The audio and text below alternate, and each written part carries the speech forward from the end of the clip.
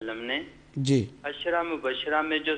10 صحابہ کا نام گنا ہے ان میں جو ہے حضرت ابوبکر صدیق ہیں، حضرت عمر فاروق ہیں، حضرت عثمان ہیں اور حضرت علی ہیں۔ جی جی تو یہ جو آپ نے ابھی میں سن رہا تھا آپ کا خطاب، تو ابھی آپ نے کہا اللہ کے نبی جو بھی بولتے ہیں اللہ کے حکم سے بولتے ہیں۔ بے شک بے شک۔ تو یہ جو 10 صحابہ جو ہیں جو عشرہ مبشرہ میں سے ہیں، جی جی آپ کا جو ہے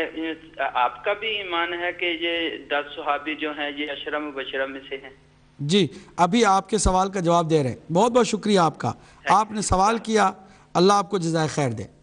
ایک پورا پروگرام ہم اسی عنوان کو لے کر کریں گے، عشرہ مبشرہ۔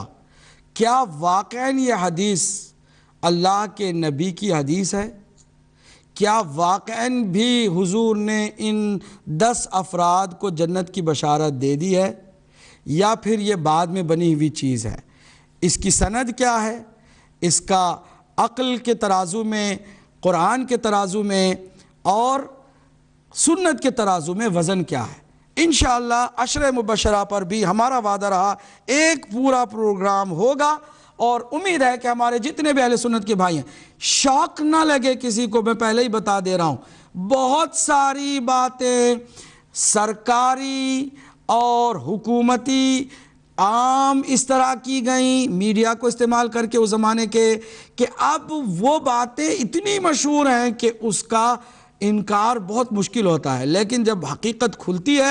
تو پھر پتہ چلتا ہے کہ یہ تو بیس لیس بات ہے، اس کی بنیادی کوئی نہیں ہے، اس کی کوئی سندی کوئی نہیں ہے۔ بہت ساری ہیں، بہت مشہور باتیں ہیں، ان باتوں میں سے چند باتیں یہ ہیں۔ یہ عشرہ مبشرہ ہمارے بھائی محمد عبداللہ انگلینڈ سے، اگر واقعاً یہ ثابت ہو جاتا ہے سند کے لحاظ سے اور درایت کے لحاظ سے، قرآن کے لحاظ سے اور حدیث کے لحاظ سے، تو پھر کوئی مسلمان نہیں ہے کہ جو رسول اللہ کی حدیث کو ٹھکرائے۔ میں یہ کہہ رہا ہوں،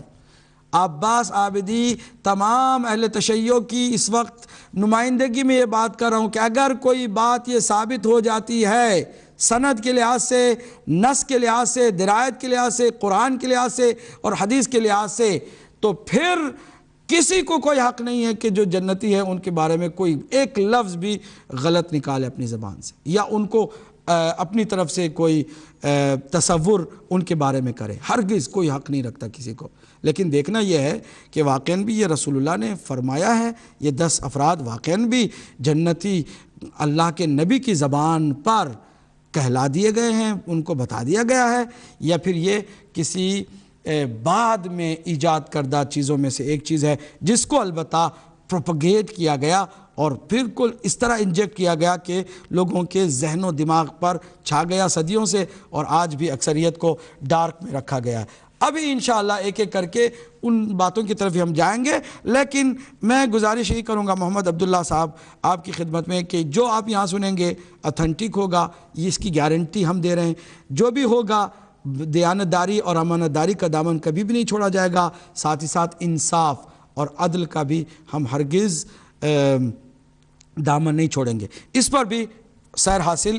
منصفانہ گفتگو کی جائے گی۔ آپ بس اظہار حقیقت کو دیکھتے رہیے گا، اس سے انشاءاللہ بہت کچھ ہم سب کی نجات کا سامان ملتا رہے گا۔ سید رضی جعفری صاحب نے جو سوال کیا تھا مباہلہ کے سلسلے میں، آئے مباہلہ کے اندر جتنے بھی صیغے آئے ہیں وہ جمع کے آئے ہیں، جبکہ لے کے گئے حضور نساءنا و نساءکم، ایک خاتون جناب سیدہ، اور یہ سارے میں نے پڑھ کے سنا ہے، اہل سنت کے تمام مفسرین کا اس پر اتفاق ہے۔ میں نے وہ حضرت جناب ابو بکر جساس کی عبارت بھی پڑھ کے سنائی کہ جس میں انہوں نے کہا کہ لم یختلفوا، کسی بھی مفسر محدث نے اس بات پر اختلاف ہی نہیں کیا کہ ان کے علاوہ بھی کوئی گیا ہو شخص، نہیں، یہی 5 گئے تھے۔ تو پھر یہ انفسنا و انفسکم میں علی، نساءنا و نساءکم میں صرف فاطمہ، ایسے کیوں ہے؟ بات یہ ہے کہ تمام خواتین کی نمائندگی، تمام خواتین میں جو بہترین مخلوق ہے کائنات کے اندر، پوری کائنات میں آدم سے لے کے قیامت تک کے لیے تمام مخلوقات میں اگر کوئی خاتون تمام خواتین سے افضل، بہتر، اشرف، اعلیٰ ہے تو وہ جناب سیدہ فاطمہ الزہرا سلام اللہ علیہا۔ اسی لیے حضور نے فرمایا فاطمہ تو سیدۃ النساء العالمین، عالمین کی خواتین کی وہ سیدہ ہیں۔ تو ایک سیدہ کو لے جاؤ تو گویا تمام خواتین کی طرف سے نمائندگی ہو گئی۔ دوسرا شخص ہے، ہم نے حدیثیں پڑھ کے سنائیں، اور رسول اللہ کی صلی اللہ علیہ وسلم کی حدیثوں کو کوئی جھٹلا بھی نہیں سکتا کیونکہ متواتر حدیثیں ہیں کہ رسول اللہ کے بعد کائنات میں تمام انسانوں میں بہترین انسان اللہ کے نبی کی زبان پر اور اللہ کی زبان میں وہ نفس رسول علی ابن ابی طالب علیہ السلام ہے۔ تو گویا تمام خیر اور نیک مردوں کی نمائندگی علی علیہ السلام تنہا کر رہے تھے، تمام خواتین عالم جو نیک ہیں ان کی نمائندگی جناب سیدہ فرما رہی تھیں۔ اور ابنانا و ابناکم میں بھی دو تھے شہزادے جوانان جنت کے سردار، بس یہی تمام بیٹوں کی وہ نمائندگی فرما رہے تھے۔ اس کے علاوہ اگر ایسی ہی بات تھی تو پھر یہ ایک واحد کا صیغہ کیوں نہیں استعمال ہوا؟ عظمت کے لیے اللہ نے جمع کا صیغہ استعمال کیا ہے۔ جناب رضی جعفری صاحب، آپ اور یقیناً آپ اس سے واقف ہوں گے، میں آپ کے علم اضافے کے لیے نہیں بلکہ ہمارے دیگر تمام ناظرین کے علم اضافے کے لیے ہے کہ اللہ سبحانہ و تعالیٰ کی ایک سنت ہے قرآن مجید میں، عظمت کے بیان کے لیے خود جو احد و واحد ہے، واحد و احد ہے، ایسا یکتا کہ جس کا کوئی دوسرا نہیں ہے، جس کا کوئی ثانی نہیں ہے، اپنے لیے بھی اس نے جمع کا صیغہ استعمال کیا۔ نحنو، ہم، نزلنا الذکر وَإِنَّا لَهُ لَحَافِظُونَ، نحن نزلنا الذکر، ہم نے قرآن کو نازل کیا اور ہم ہی اس کی حفاظت کریں گے۔ إِنَّا أَنزَلْنَاهُ فِي لَيْلَةِ الْقَدْرِ، ہم نے قرآن کو نازل کیا۔ ایک اللہ ہے، لیکن اللہ جو وحدہ لا شریک ہے وہ بھی جمع کا صیغہ اس لیے استعمال کر رہا ہے کہ اس میں عظمت ظاہر کرے۔ یہ تمام صفات کا سرچشمہ وہ جو خالق ہے وحدہ لا شریک، اس کی جو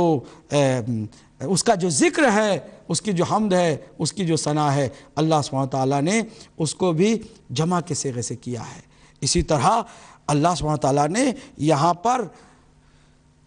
جناب سیدہ سلام اللہ علیہا کو جمع کے صیغے سے وَنِسَانَا وَنِسَاكُمْ کہہ کے،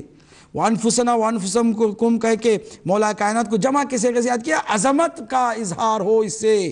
جان لے کہ دنیا میں اگر فاطمہ نہیں ہے تو کائنات کی کوئی خاتون کسی کے لیے رول ماڈل نہیں بن سکتی، اور علی نہیں تو کائنات میں کوئی مردوں کے لیے رسول اللہ کے بعد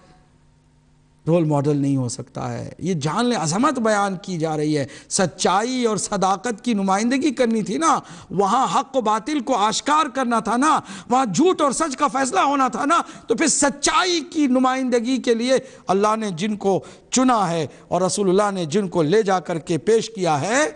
ان کی سچائی اور صداقت، عظمت، فضیلت، ہر اعتبار سے ان کو اللہ نے اتنا بلند و بالا مقام دیا کہ جمع کے صیغے ان کے لیے استعمال ہوئے۔ یہ بات میں خالی نہیں کہہ رہا ہوں کہ مفسرین جو اہل سنت کے بھی ہیں وہ بھی کہتے ہیں کہ اللہ سبحانہ وتعالیٰ کی یہ سنت ہے قرآن مجید میں کہ جب کسی ایک واحد کو عظمت کے ساتھ یاد کرنا کرتا ہے تو وہ جمع کے صیغے کے ساتھ کلام فرماتا ہے۔ بہت بہت شکریہ، میں نے کافی ٹائم لے لیا اس لیے کہ اس میں درمیان میں ہمارے اہل سنت کے کچھ بھائی آ گئے تھے، ہم نے جو بات کی تھی اس پر ہمیں پورا بھی اترنا ہے۔ ہم زبانی دعوے کریں سیاسی لیڈروں کی طرح اور عمل کچھ اور کریں، ایسا نہیں کر سکتے ہیں۔ ہمیں موت کا ہمیشہ خیال رہتا ہے، ہمارے سامنے موت ہوتی ہے، اور ہمیشہ ہم اس بات کو لے کر چلتے ہیں کہ علی والے ہیں تو کبھی جھوٹ کا سہارا نہ لیں، اور جب بات ہم نے کی ہے تو اس بات کو سچ کر دکھانے کے لیے درمیان میں ہمارے اہل سنت کے بھائیوں کو بھی ویلکم کیا، جس سے ہمارا پروگرام تھوڑا سا طویل ہو گیا۔ چونکہ میں اکیلے اس وقت پروگرام پیش کر رہا ہوں اس لیے وقت ہمارا جو ہے وقت سے زیادہ ہو گیا۔ 8 بجے ٹھیک شروع ہوگا تو ٹھیک 10 بجے ہمارا پروگرام ختم ہو جانا چاہیے تھا، لیکن جو اضافہ ٹائم ہے وہ آپ کو پتہ ہے کہ اس کی کیا وجہ ہے۔ ناظرین، اگلا پروگرام ہمارا جو ہوگا انشاءاللہ المستعان جمعہ کے دن ہوگا، اور اس پروگرام میں جو ہم پیش کرنے جا رہے ہیں آپ کی تشنگی کو بڑھانے کے لیے عرض کر رہے ہیں۔ حالانکہ پچھلے ہفتے بھی ہم نے اسی موضوع کا وعدہ کیا تھا، لیکن چونکہ ایک بات جو پچھلے ہفتے کے پروگراموں سے مربوط رہ گئی تھی جس کو ہم نے آج پورا کیا ہے، اگلے ہفتے ہمارا پروگرام انشاءاللہ صحابہ کرام کے مقام کے بارے میں ہوگا۔ ہم کو بار بار یہ کہہ کے طعنہ دیا جاتا ہے یا پھر ہمیں ہماری خوبیوں کو ختم کرنے کے لیے صرف یہی الزام دیا جاتا ہے کہ یہ تو صحابہ کرام کو مانتے ہی نہیں ہیں اور صحابہ کرام کی ان کے نزدیک کوئی حیثیت نہیں ہے، نعوذ باللہ، یا گالی بھی دیتے ہیں۔ ایسا نہیں ہے۔ ابھی آپ دیکھیں گے کہ ہم صحابہ کرام کے بارے میں قرآن اور سنت کی روشنی میں کیا عقیدہ رکھتے ہیں، اور پھر آپ اس سے وہ جو پٹی حکمرانوں نے آنکھوں پر باندھنے کے لیے تیار کی تھی، اس پٹی کے بارے میں جب گفتگو کریں گے کہ جس کو بہرحال اتارنی پڑے گی اگر کوئی روشنی اور اجالے کو دیکھنا چاہتا ہے، اس کو اتارنا پڑے گا، اور ہم انشاءاللہ پیار سے، محبت سے، شائستگی سے اور نہایت ہی علمی اور تحقیقی انداز میں، یہ اکیڈمک ڈسکشن ہے، یہ مناظرہ نہیں ہے، مقابلہ نہیں ہے، یہاں حق بیانی ہے۔ جس کو چاہیے حق وہ خوشی خوشی آئے گا، وہ لے لے گا۔ ہمارے طرف سے کسی پر کوئی بھی نہ زبردستی ہے، نہ کوئی پابندی ہے، نہ ہماری زبان سے نعوذ باللہ کسی کی شان میں کوئی گستاخی نکل سکتی ہے۔ ہم الحمدللہ اس بات کو جانتے ہیں کہ ہمارے جتنے اہل سنت کے بھائی اور بہنیں ہیں، ان کے دل آج بھی حق کو سننے، سمجھنے، اسے درک کرنے کے لیے تیار ہیں۔ انشاءاللہ اگلے پروگرام تک کے لیے ہمیں اجازت دیجیے گا۔ یہ جو اگلا پروگرام ہے انشاءاللہ فرائیڈے کو، یعنی اب جو جمعہ کا دن آ رہا ہے، جمعہ کی رات ٹھیک 8 بجے ہم آپ کی خدمت میں حاضر ہوا چاہتے ہیں۔ آپ اپنا خیال رکھیے گا اور ہمارے حق میں بھی دعا کرتے رہیے گا۔ والسلام علیکم ورحمۃ اللہ وبرکاتہ۔